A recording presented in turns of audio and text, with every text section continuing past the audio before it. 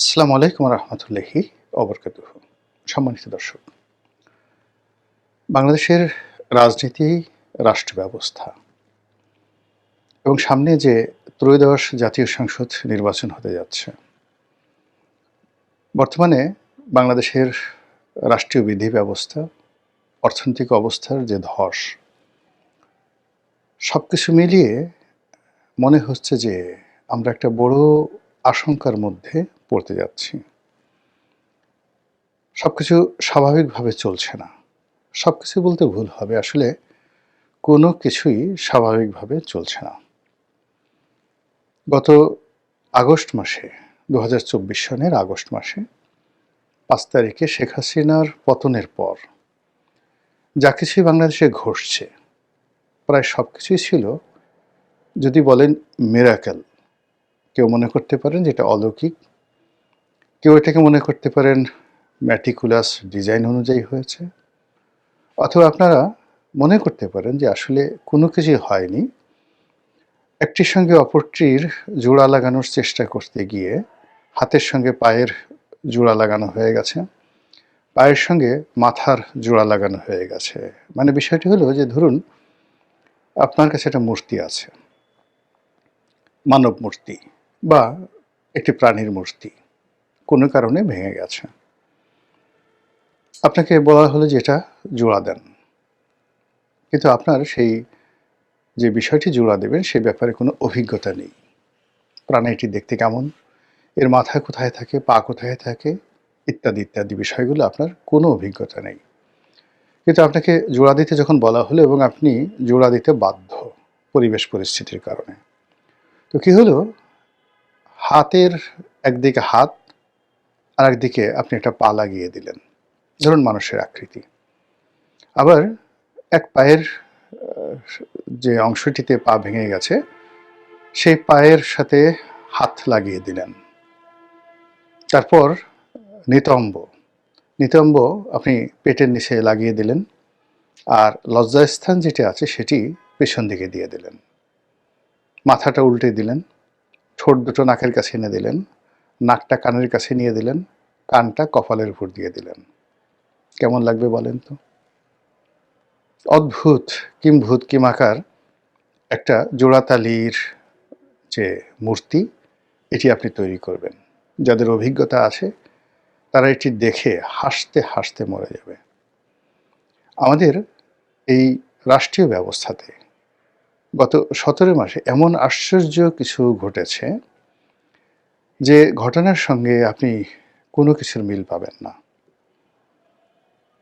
সেই দিক থেকে যা হবার তাই হচ্ছে।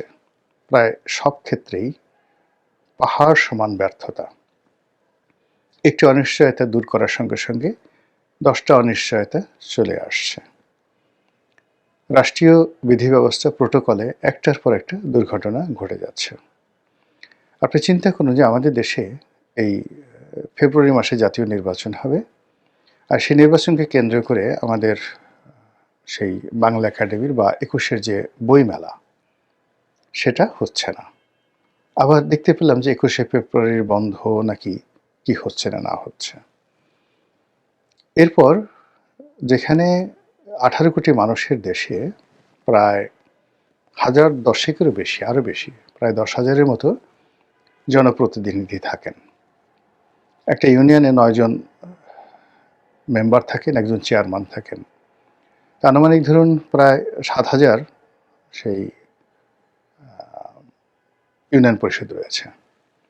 তো ৭,০০০ ইউনিয়ন পরিষদে যদি আপনি ১০ জন লোক ধরেন, তাহলে এখানে জনপ্রতিনিধির সংখ্যা আছে প্রান্তিক পর্যায়ে, স্থানীয় পর্যায়ে ৭০,০০০ মেম্বার চেয়ারম্যান মিলিয়ে ৭০,০০০।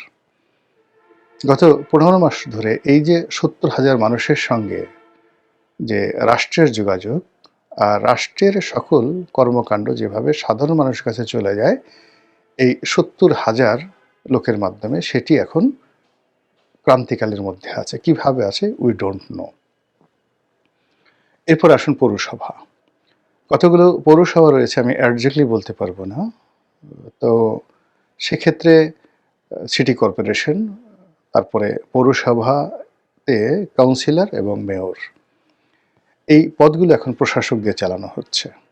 উপজেলা পর্যায়ে যে পৌরসভাগুলো রয়েছে এগুলো টিওনো সাহেব চালাচ্ছেন। আবার ইউনিয়নগুলোতে সচিব আছেন কিন্তু চেয়ারম্যান নেই। এভাবে চলছে। উপজেলা চেয়ারম্যান নেই, মহিলা ভাইস চেয়ারম্যান নেই, চেয়ারম্যান নেই। তারপর অন্য যে ভাইস চেয়ারম্যান আছে তাও নেই। সংসদ সদস্য তো নেই বললে নেই, সংসদ কার্যকর নয়। তাহলে জাতীয় সংসদ ৩০০ জন, তার সঙ্গে উপজেলা চেয়ারম্যান যদি ৫০০ উপজেলা থাকে, পরিষদ থাকে, তো সেখানে ৩ জন করে হলে ৩ ৫ ১৫০০ জন।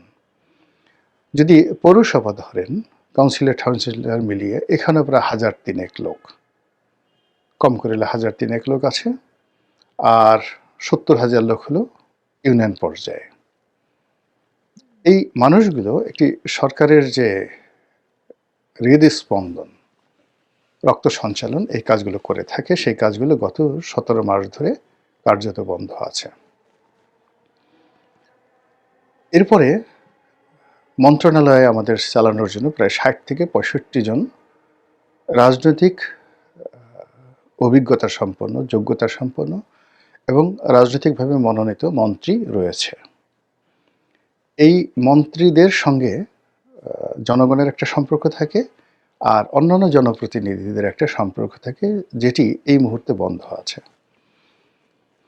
ফলে একটি বদ্ধ ঘরের মধ্যে থেকে অন্ধকারাচ্ছন্ন অবস্থায় একজন মানুষ যেমন সারা দুনিয়ার খবর রাখেন না, সম্ভব নয় তার পক্ষে রাখা, তদ্রূপ এই সরকারের যারা কর্তা ব্যক্তি, উপদেষ্টা নামধারী, তারা সেই অন্ধের হাতি দেখার মতো করে বাংলাদেশের সমস্যাগুলো দেখছে এবং সমস্যার সমাধান করার চেষ্টা করছে, ফলে যা হবার তাই হয়ে যাচ্ছে।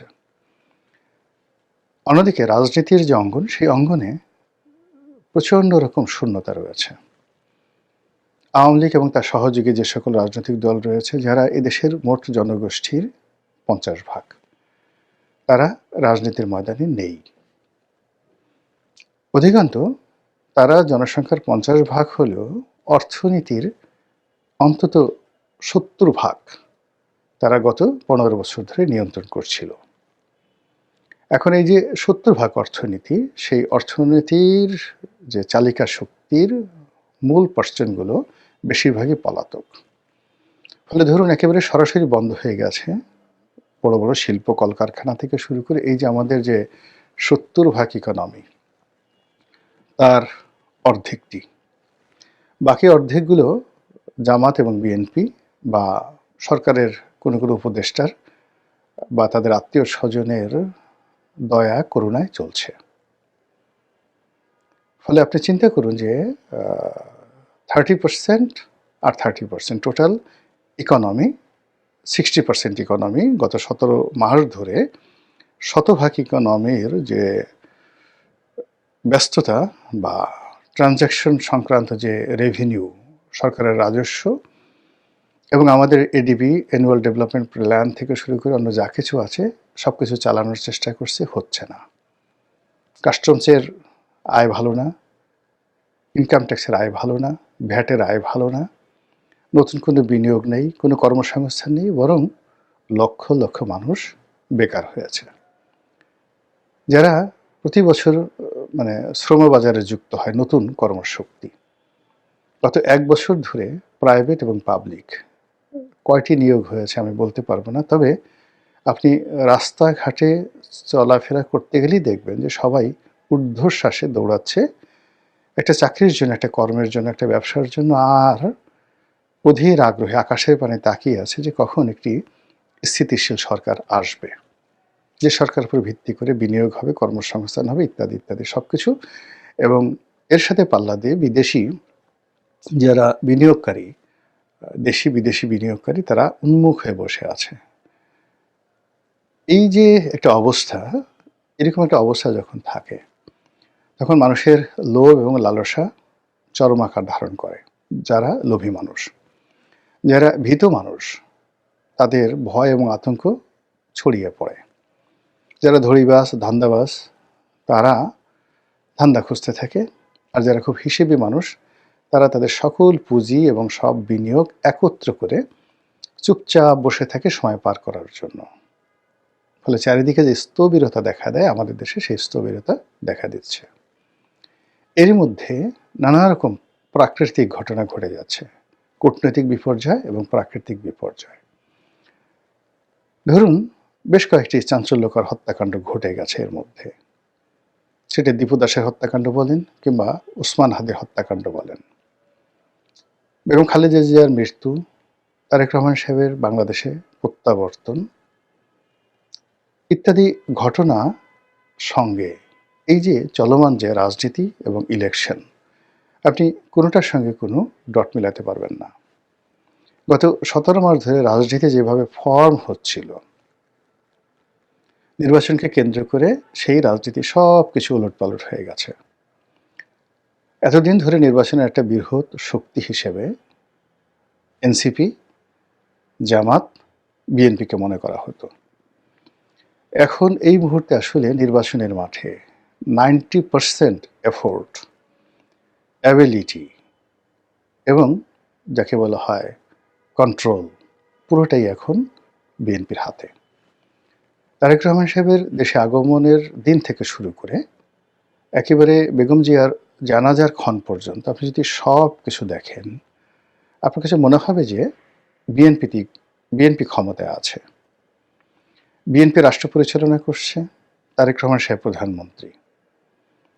এখন তার আগমন উপলক্ষে সেনাবাহিনী, পুলিশ বাহিনীর তৎপরতা, তাকে কেন্দ্র করে মানুষের উন্মাদনা, বেগম জিয়ার মৃত্যুর পর তাকে যে রয়্যাল স্যালুট দেওয়া হলো, রাজকীয় সংবর্ধনা দেওয়া হলো শেষকৃত্য অনুষ্ঠানে, এটি তিনি যদি প্রধানমন্ত্রী হিসেবে মারা যেতেন যেরকম হতো তার চেয়ে অনেক অনেক বেশি হয়েছে। এর ফলে কি হয়, মানে ওই যে 90% জায়গা তারা নিয়ন্ত্রণ করছে, এই মুহূর্তে বাকি যে 10% জায়গা, ওই জায়গাতে একটা ভঙ্গুর অবস্থা দেখা দিয়েছে। আপনি জামাত, এনসিপি, এবি পার্টি থেকে শুরু করে চরমোনাই, অন্যান্য যে সকল রাজনৈতিক দল গত 17 মাস ধরে দাপিয়ে বেড়াতো, অবস্থা দৃষ্টে মনে হতো যে তারা বাংলাদেশে মানে সরকার চালাচ্ছে, রাষ্ট্র চালাচ্ছে এবং আগামী সময়গুলোতে কিন্তু তারাই দেশ পরিচালনা করবে। এমনকি তারা অনেকে বলে ফেলতেন যে তারা সরকার গঠন করবে, বিএনপি দ্বিতীয় বৃহত্তম রাজনৈতিক দল কিনা বা সংসদের দ্বিতীয় বৃহত্তম পার্টি হতে পারবে কিনা, এসব নিয়ে যারা সন্দেহ প্রকাশ করতেন তাদের মুখ রীতিমতো চুপসে গেছে। এবং এটি রাজনীতির জন্য খুব খারাপ একটা জিনিস। রাজনীতি সবসময় একটা অনিশ্চিত বিষয় থাকে এবং যেখানে জনগণের ইচ্ছা আকাঙ্ক্ষা, মানে জনগণ আপনার ব্যাপারে সিদ্ধান্ত দেবে, এটি যখন রাজনীতিতে যাকে বলা হয় একদম প্রাইম ফ্যাক্টর হয়, তখন ধরে নিতে হবে রাজনীতি সঠিক পথে আছে। কিন্তু আপনি এমন একটা পরিবেশ পরিস্থিতি তৈরি করলেন যে জনগণ সেই পথে যেতে বাধ্য, তাদের কোনো অপশন নেই, বিকল্প নেই, তারা কোনো চিন্তা কিছু করতে পারছে না আলাদা। ইট মিনস আপনি আর একটা ফ্যাসিবাদ, আর একটা স্বৈরাচারী রাষ্ট্র ব্যবস্থা এবং আর একটা অনিশ্চিত গণতন্ত্রের অভিযাত্রা দিকে আপনি এগোবেন। ঠিক এখন বাংলাদেশে যে অবস্থা হয়ে গেছে, বিএনপির বাইরে অন্য কোনো চিন্তা করার কোনো অপশন নেই। আর এইরকম যখন একটি রাজনৈতিক দলের মধ্যে, সরকারের মধ্যে, অবস্থার মধ্যে একছত্র আধিপত্য বিরাজ করে, তখন কার্যত কোনো কিছুই তাদের নিয়ন্ত্রণে থাকে না। ধরুন বিএনপি 280টা সিট পেল, আমার তো অবস্থা দৃষ্টে মনে হচ্ছে যে বিএনপি 280 নয়, 290টা 95টা সিট যদি পেয়ে যায়, তাও আশ্চর্য হওয়ার কিছু না। এমনকি 300 সিট পেয়ে গেলেও আশ্চর্য হওয়ার কিছু থাকবে না। This is one. Second thing হলো যে এখানে শুধুমাত্র বিএনপিকে ভোট দেওয়ার জন্য 5% ভোটারও ভোট কেন্দ্রে আসবে না। তাহলে দুটো রিস্ক থেকে যায়। একটা হলো সিল পিটিয়ে 70%, 80% ভোট আপনাকে কাউন্ট দেখাতে হবে, ফলাফল ঘোষণা করতে হবে, কারা করবে এই কাজ, কিভাবে করবে। এগুলো নিয়ে দেশে বিদেশে তর্ক বিতর্ক চলতে থাকবে। আর এই কাজ করতে গিয়ে নানা রকম অনার সৃষ্টি তৈরি হবে মারামারি, কাটাকাটি, হানাহানি। এমনকি শেষ মুহূর্তে যদি জামাতের নেতৃত্বে অন্যান্য রাজনৈতিক দলগুলো নির্বাচন বর্জন করে ফেলে, তাহলে রাজনীতির ময়দানে বিএনপি ছাড়া আর কেউ থাকবে না। তখন কি হবে? থার্ডলি, এই যে বেগম জিয়ার আগমন, মানে যাকে বলা হয় জানাজা উপলক্ষে, শেষকৃত্য উপলক্ষে ভারতের পররাষ্ট্র মন্ত্রী এলেন। বলা হচ্ছিল যে ভারতের সঙ্গে বিএনপির একটা সমঝোতা হয়ে গেছে। ভারতের গ্রিন সিগন্যাল পাওয়ার পরই তারেক জিয়া বাংলাদেশে এসেছেন। এখন এই যে ভারত বিরোধী যে একটা সেন্টিমেন্ট গত 15 মাস ধরে, 16 মাস, 17 মাস ধরে যেভাবে চলছে এবং সামাজিক মাধ্যমে যেভাবে একটা ভাইব তোলা হচ্ছে, এটাকে যদি এই সামনের কিছুদিন আরও মারাত্মক আকারে প্রচার চালানো হয়, প্রোপাগান্ডা চালানো হয়, আমাদের দেশের আবেগপ্রবণ জনগণ হুট করে রাস্তায় নেমে আসবে। এবং আমাদের দেশে বললাম না যে, ধরুন এই যে বেগম জিয়ার জানাজাতে এত লোক এলেন, হাদির জানাজাতে এত লোক এলেন, আমাদের দেশে অতীতে শাপলা চত্বরে বিশাল জনসমাবেশ, আমাদের এই দেশে গণজাগরণ মঞ্চ দিনের পর দিন, মাসের পর মাস যে শাহবাগকে একেবারে অবরুদ্ধ করে রেখেছে, এটা বাঙালির আবেগ। আবেগের তাড়নায় বাঙালি পারে না এমন কোনো জিনিস নেই। এই বাঙালি দীপু দাসকে আবেগের কারণে পুড়িয়ে মারতে পারে। আবার এই বাঙালি আবেগের কারণে এক গ্রাম আর এক গ্রামের সাথে ঝগড়াঝাটি করে দিনের পর দিন তারা শুধুমাত্র ঝগড়াটাকে একটা বিনোদন হিসাবে নিতে পারে। এই হলো বাঙালির আবেগ। তো কাজেই এখন যেহেতু প্রশাসন বলতে শক্তিশালী কিছু নেই, জাতীয় ওরকম কোনো নেতা নেই যার কথায় পুরো দেশ মানে অ্যাটেন্টিভ হবে। যে কোনো একজন নেতা এই মুহূর্তে বাংলাদেশের জনগণকে উদ্দেশ্য করে কথা বলবেন আর জনগণ তার কথা শুনবেন, এইরকম একজন নেতা নেই। সবাই দলীয় নেতা, তাদের অডিয়েন্স কেবল দলের মধ্যে, কিন্তু জাতীয় কোনো নেতা নেই, জাতীয় কোনো ব্যক্তিত্ব নেই। মানে সাহিত্য, সংস্কৃতি, চলচ্চিত্র, কোনো জায়গাতে, এমনকি বিজনেস কমিউনিটি, কোথাও আমাদের জাতীয় পর্যায়ের একজন নেতা নেই। ফলে জাতি হিসাবে এই মুহূর্তে আমরা বলতে গেলে এতিম অবস্থায় আছি। আর ঠিক সেই সময়টিতে এই যে অনেকগুলো সমস্যা, অর্থনৈতিক, সামাজিক, রাজনৈতিক, পারিবারিক, সামাজিক, মানসিক ইত্যাদি হাজারো সমস্যা, পররাষ্ট্রনীতিতে সমস্যা, এর কোনটার সঙ্গে যে কোনটা লেগে যায়, কোনটার সঙ্গে কোনটা যে বিরোধ করে এবং কোনটার সঙ্গে কোনটার যে বিরোধ সৃষ্টি হয়ে মানুষের আবেগ অথবা ক্রোধ, মানুষের ঘৃণা অথবা লোভ, মানুষের যাকে বলা হয় প্রতিহিংসা অথবা অন্য কিছু, হঠাৎ করে যদি মাত্র 24 ঘন্টা নয় 2-3 ঘন্টার জন্য রাজপথে মানুষ নেমে আসে, তছনছ হয়ে যাবে সব কিছু। এবং অবস্থা দৃষ্টি মনে হচ্ছে আমরা সেই ভয়াবহ দিকে এগোচ্ছি। সমাধান কি আমি জানি না, বাংলাদেশের অন্য কেউ জানেন বলে আমার মনে হচ্ছে না। কেবলই মাত্র আসমানের মালিক মহান আল্লাহ রাব্বুল আলামিন, তিনি তার যে ঐশ্বরিক ক্ষমতা দিয়ে এই জাতিকে একটা নয়া মহাভারতের যুদ্ধের যে দামামা বাজছে তার থেকে রক্ষা করতে পারেন। মহান আল্লাহ আমাদের সবাইকে হেদায়েত দান করুন, হেফাজত করুন। আসসালামু আলাইকুম ওয়া রাহমাতুল্লাহি ওয়া বারাকাতুহু।